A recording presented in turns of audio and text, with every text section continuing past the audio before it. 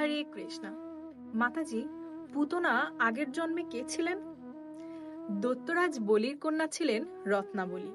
তিনি যখন ভগবান বামনদেবকে দেখেছিলেন, তিনি মনে মনে আশা করেছিলেন, এই বালক কতই না সুন্দর।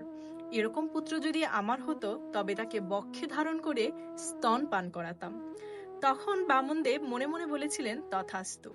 কিন্তু পরবর্তীতে যখন বামনদেব বলি মহারাজের কাছে ত্রিপাদ ভূমি ভিক্ষা করেন এবং তার মাধ্যমে বলি মহারাজকে বধ করেন, তখনই সেই কন্যার মনোভাব পরিবর্তন হয় এবং সে বলে, এই বালক, এই বামন আমার পিতার কাছে ত্রিপাদ ভূমি ভিক্ষার ছলে তার সর্বস্ব হরণ করেছে।